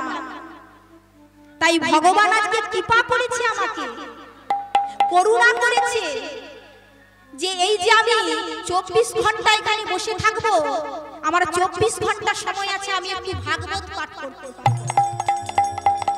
কি গো মায়েরা, আমাদের মতো ব্যক্তি হলে কি বলতাম, ভগবানকে এত ডাকি, তবু আমার পাটা দিল ভেঙে, বাবা বলতাম তো। যিনি বাবা রাবণ, রামায়ণের যে রাবণ, রাবণকে সবাই জানেন তো, রাবণের যে গুপ্তচর, তারা এসে বলছে, মহারাজ, আপনার একটা সর্বনাশ হয়ে গেছে। সর্বনাশ হয়ে গেছে? কি সর্বনাশ হয়েছে আপনি জানেন না? না তো, আপনার রাজ্যে রামচন্দ্র প্রবেশ করে গেছে। তো কি হয়েছে? আপনি একটা কথা শুনেননি? না তো, শুনুন মহারাজ, শুনেছি ওই রামচন্দ্রের নামে পাথরের মধ্যে যদি নাম লিখে জলের মধ্যে ভাসিয়ে দেওয়া যায়, ওই পাথর নাকি ভাসতে শুরু করেছে। যেই না এই কথা বলেছে, রাবণ বলে উঠলেন, ও এ আমার নতুন কি কথা, মানে মানে এ কথা আমার কাছে কোনো দাম নেই। কি বলছেন মহারাজ? ওই যে বলছো না রামচন্দ্রের নামে পাথরে যদি রাম নাম লিখে দেওয়া যায় যেমন জলের মধ্যে ভাসে, চলো আমি দেখাচ্ছি। আমার নাম পাথরের মধ্যে লিখে জলে ভাসিয়ে দিলেও ওই পাথরটাও ভাসবে। কিন্তু মহারাজ কোনোদিন তো শুনিনি, শুনোনি তো, চলো আমি প্রমাণ দেখাচ্ছি। সকল সৈন্যদের নিয়ে, সকল গুপ্তচরকে নিয়ে গেছে ওই সাগরের পাড়ে। আর সাগরে প্রচুর ঢেউ দিচ্ছে। আর কি হয়েছে বলছে একটা বড় পাথর নিয়ে আসো। গুপ্তচরের একটা বড় পাথর এনে দিয়েছে। যেই না পাথর এনে দিয়েছে বলছে দাও পাথরটা আমাকে দাও। বাবা পাথরটা নিয়েছে, নিয়ে কি করেছে না তার উপর বড় বড় করে লিখছে রয়াকার ব মধ্যে যেই না রাবণ লিখে জলের মধ্যে ভাসিয়ে দিয়েছে, সকলে দেখতে পাচ্ছে রাবণ নামেও পাথর ভাসছে। আর যেই না রাবণ নামে পাথর ভাসছে, সবাই বলে উঠলেন মহারাজাকে,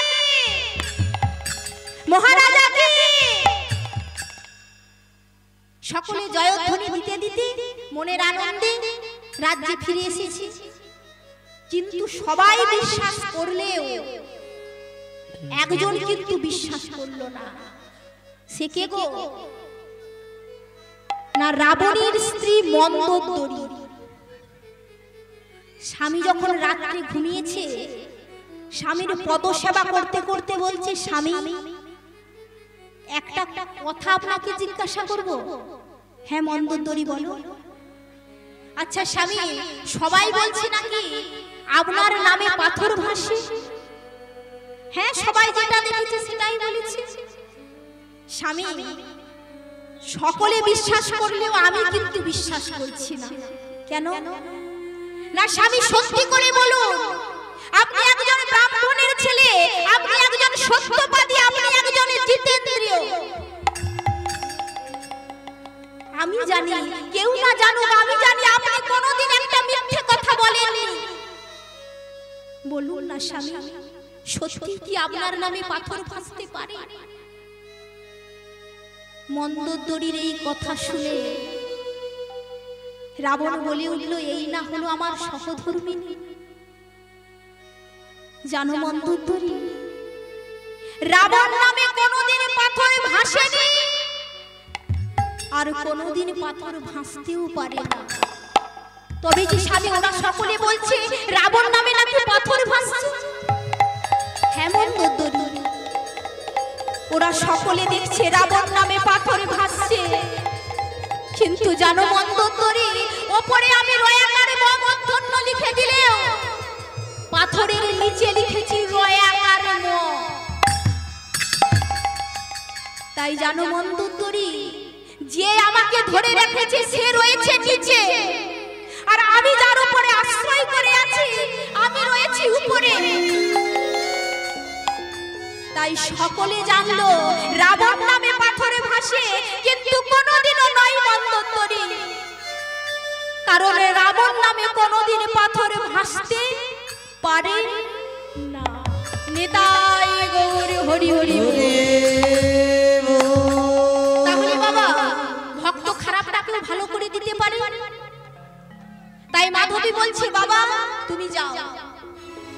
কিন্তু বাবা ওই ডাকাত হরিদাসের কাছে সম্বন্ধটা নিয়ে যাবে কে? তার নামে তো সবাই থরথর করে ভয়ে কাঁপে। তাই কি করলো জানে?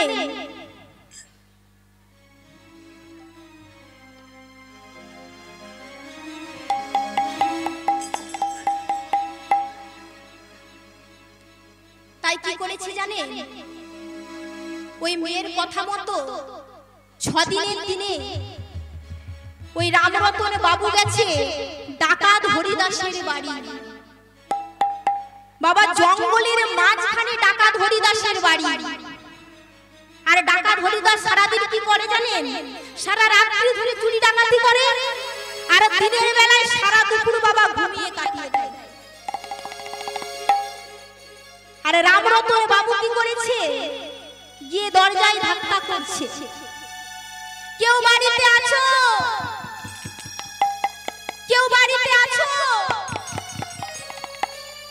যেই না গলার আওয়াজ পেয়েছে, ডাকাত হরিদাস মনে মনে চিন্তা করলো, তাই তো আমার চৌকাটে শিগাল কুকুরও আসে না, আজ হঠাৎ মানুষের গলার আওয়াজ, কি ব্যাপার? তাই যেই না বাবা দরজাটা খুলেছে, এসে বড় শরীর এমন ভাবে কোমরে হাত দিয়ে দাঁড়িয়েছে, রামরতন বাবু তাকিয়ে দেখছে, যেমন লম্বা শরীর তেমনি মোটা মোটা গো, কোমরে বাঁধা আছে গামছা, ধুতিটা পরে আছে। রামরতন বাবু তাকে দেখে ভয়ে থরথর করে কাঁপছে। কি ব্যাপার, তুমি আমার বাড়িতে এসেছো কিসের জন্য? আগে বাবা, আমার নাম, হ্যাঁ তোমার নাম কি? আমার নাম রামরতন শর্মা। আচ্ছা ঠিক আছে, তুমি এখানে এসেছো কেন? আগে বাবা, আমার মেয়ের বিয়ে। আচ্ছা ঠিক আছে, বুঝতে পেরেছি, তোমার মেয়ের বিয়ে, কিছু টাকা পয়সা চাই, তাই তো? না বাবা, আসলে আচ্ছা আচ্ছা, গয়না চাই, তাই তো? ঠিক আছে, তুমি আগামী কালকে আসো, এখন আমার কাছে কিছু নেই, আজ রাত্রিতে আমি যা ডাকাতি করব, কাল সেগুলো তোমাকে দিয়ে দেব। আগে বাবা, সেসব কিছু নয়। আরে ধ্যান, টাকা চাও না, পয়সা চাও না, তো কি করতে এসেছো আমার বাড়িতে? আগে বাবা, আমার মেয়ের বিয়ে তোমার সাথে দিতে চাই। আচ্ছা বাবা, দেখবে কারো যদি বিবাহের কথা বলা হয়, সে একটু লজ্জা পায় তো, তাই ডাকাত হরিদাস একটু লজ্জা পেয়েছে বিয়ের কথা শুনতেই, তাই মনে মনে চিন্তা করলো, তাই তো এতদিন আমি বাসন ধুতাম, আমি কাপড়ে কাচতাম, আমি রান্না করতাম, আমি যদি বিয়ে করি তাহলে এবার থেকে সকল কাজ আমার বউ করবে, তাই তো বাবা? বিয়ের পর সকল কাজ তার স্ত্রী করে।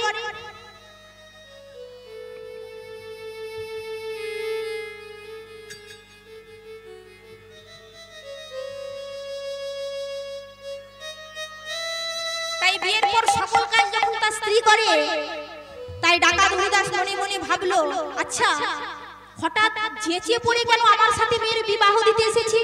নিশ্চয়ই কোনো কারণ আছে, নিশ্চয়ই কোনো ফাঁদ পেতে রেখেছে। আচ্ছা আমার নাম কি তুমি জানো? আগে জানি। আমার নাম কি?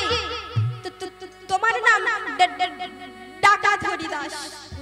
আচ্ছা ঠিক আছে, মনে মনে ভাবলো, না না, এত বৃদ্ধ মানুষ এ ফাঁদ পাততে পারে না। আচ্ছা ঠিক আছে, আমি তোমার মেয়েকে বিবাহ করতে পারি, কিন্তু একটা শর্ত আছে। কি শর্ত? না, আমি কিন্তু তোমাদের বাড়ি বিবাহ করতে যাব না, তোমার মেয়েকে আর তোমার গ্রামবাসীর লোকেদের আমার কাছে নিয়ে আসতে হবে, মানে আমার বাড়িতে নিয়ে আসতে হবে। আমি যাব আর তোমরা সকলে মিলে আমাকে ধরিয়ে দেবে, আর আমি যাব। তাই কি করেছে, সকলে গ্রামবাসীর মনে শুনে খুব আনন্দ যে এবার আমরা ডাকাত হরিদাসের হাত থেকে মুক্তি পাবো। তাই সকলের আনন্দ, সকলে বাবা এসে গেছে, আর ডাকাত হরিদাস বরের বেশে ওই ছাজনা তলায় এসে দাঁড়িয়েছে। তাই বাইরা বিয়ে বাড়িতে এলে বাবা বসে থাকতে নেই, কি করতে হয়? শঙ্খধ্বনি করতে হয় আর উলুধ্বনি করতে হয়। তাই সকলে মায়েরা শঙ্খধ্বনি উলুধ্বনি করবে, ঠিক আছে? তাই বর এসে উপস্থিত, তাই আমরা সকলে মিলে বলবো, আজি বর এলো, বর এলো, বর এলো, বর এলো বলে পড়ে গেল সারা।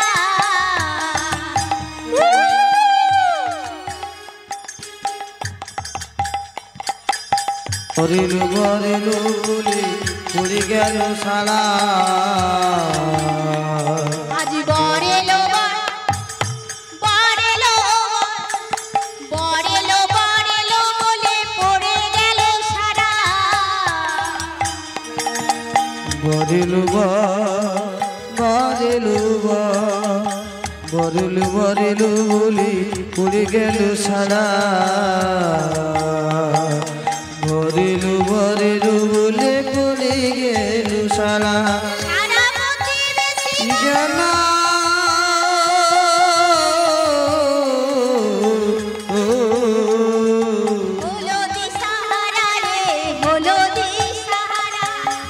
তারা প্রতিবেশী গানা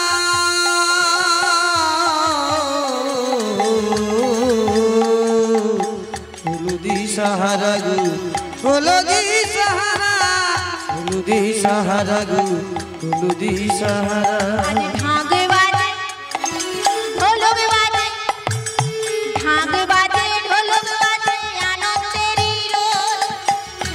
বাজে ঢোলক বাজে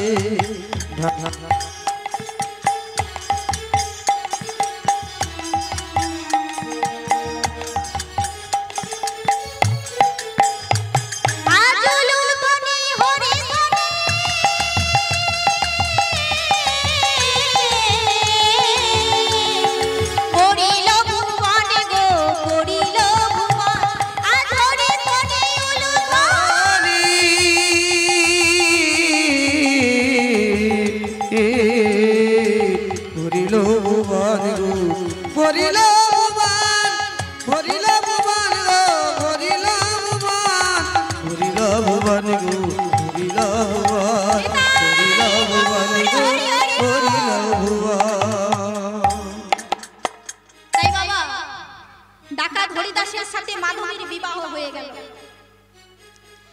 আর দেখতে দেখতে বিবাহ কতদিন হয়ে গেল গো? না 3 বছর। কিন্তু হরিদাসের চরিত্রের কোনো পরিবর্তন হলো না। আর যেই না চরিত্রের পরিবর্তন হলো না, সকলে গ্রামবাসীর লোকেরা মিলে চিন্তা করলো বেচারি রামরতন শর্মা তার 14 বছরের মেয়ের মাধবীর ডাকাত হরিদাসের সাথে বিবাহ দিল। কিন্তু ডাকাত হরিদাসের তো কোনো পরিবর্তন হলো না। আর এইদিকে বাবা ঘটনা চক্রে একটা ঘটনা ঘটেছে। কি ঘটেছে জানেন? দেখবেন একটা যদি পুকুর থাকে, পুকুরের চারপাশে অনেকগুলো করে ঘাট থাকে, থাকে না বাবা? থাকে। আর প্রতিটি ঘাটে দেখবে অনেকে দিদি বোনেরা যায় যায় কথা হয়, বলে বলে কথা হয়।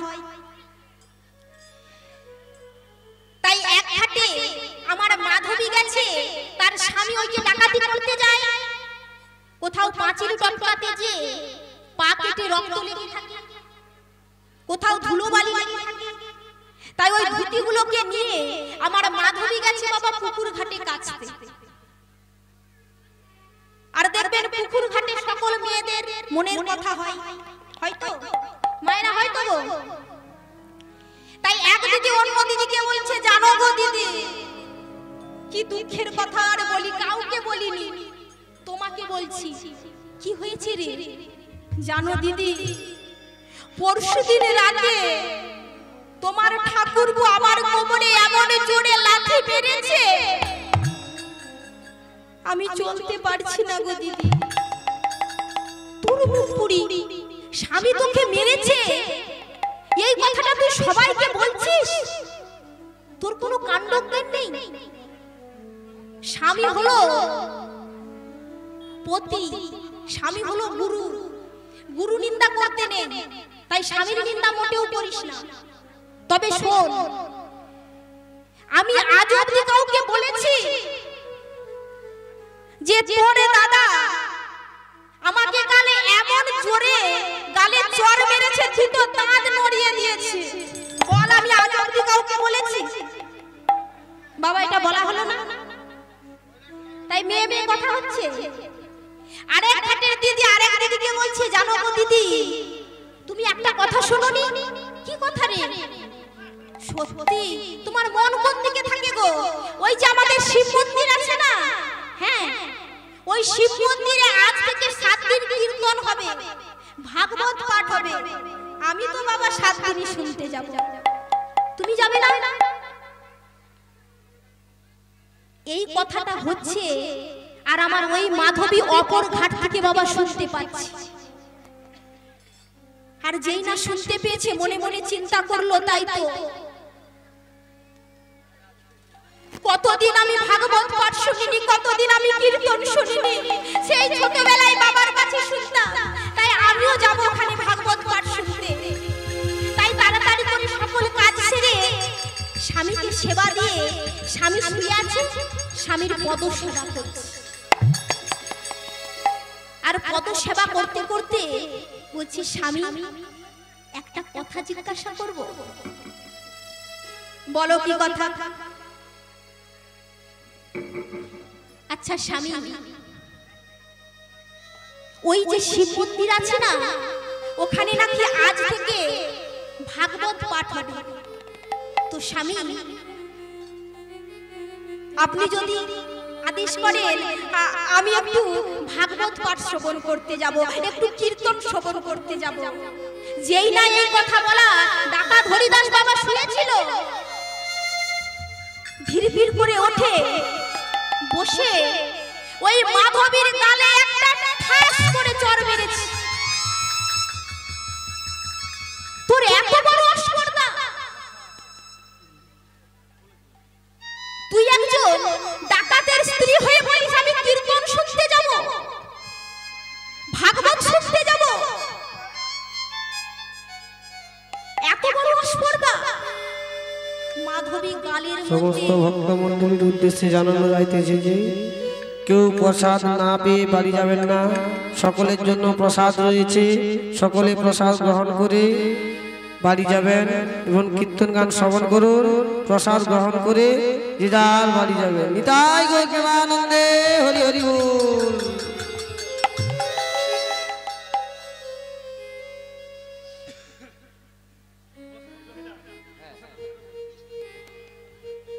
ধর্মসাগর গ্রাম নিবাসী তারাপদ দোলই মহাশয় কীর্তন গান শুনে মুগ্ধ হইয়া 20 টাকা উপহার হচ্ছে, আপনারা সবাই করে ধ্বনি দিতে পারেন।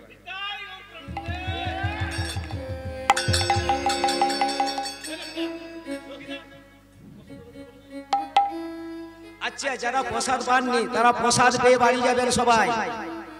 সবাইকে অনুরোধ করা হচ্ছে, আপনারা সবাই প্রসাদ পেয়ে যাবেন। হ্যাঁ,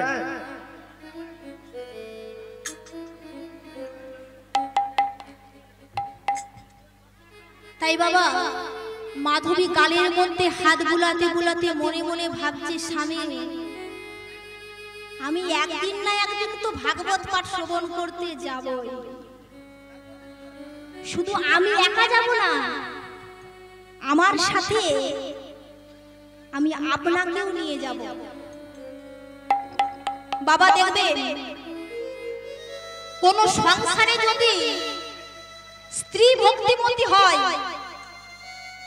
সে একদিনে পারবে তার স্বামীর অন্তরে ভক্তি না থাকলেও তার স্বামীকে ওই ভক্তির পথে আনতে। কিন্তু যদি কোনো বাড়িতে স্বামী হয় ভক্তি, কৃষ্ণকে ভালোবাসে, কিন্তু স্ত্রীর অন্তরে একটু ভক্তি নেই, সে কোনোদিনও তার স্বামী চাইলেও পারবে না তার স্ত্রীকে ভক্তির পথে আনতে। কারণ নারীরা পারলে সবই পারে বাবা। কারণ বিধাতা যখন সৃষ্টি করেছিল, প্রথমে কিন্তু পুরুষ সৃষ্টি করেনি, করেছিল এই নারীর সৃষ্টি। একটি নারী সৃষ্টি করতে সময় লেগেছিল 7 রাত 7 দিন, আর একটি পুরুষ সৃষ্টি করতে সময় লেগেছিল 1 রাত 1 দিন। তাই বাবা নারীরা ইচ্ছে করলে স্বর্গে তুলতে পারে, আবার ইচ্ছে করলে নরকেও পাঠাতে পারে। তাই আমার পদকবি কি বলছে জানেন?